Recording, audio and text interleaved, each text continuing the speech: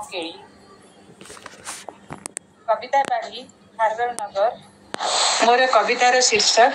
अभिमानर जीवन। मनीष पाई जीवनटा सदामणि अमूल्य धन सेइथिपाई केते चाले रागरुषा अभिमान पुणी ताकू मिशा घोड़ा करी गढ़ी दिए सपन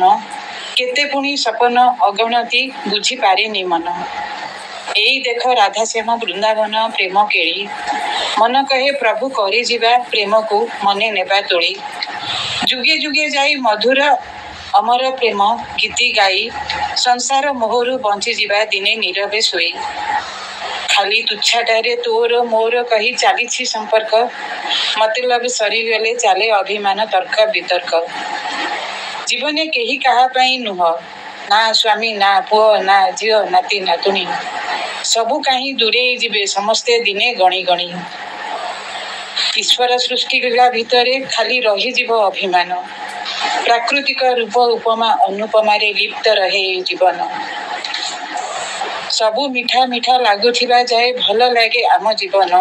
स्वाभिमान व्यक्तित्व रे अल्प उणा हेले आसे अभिमान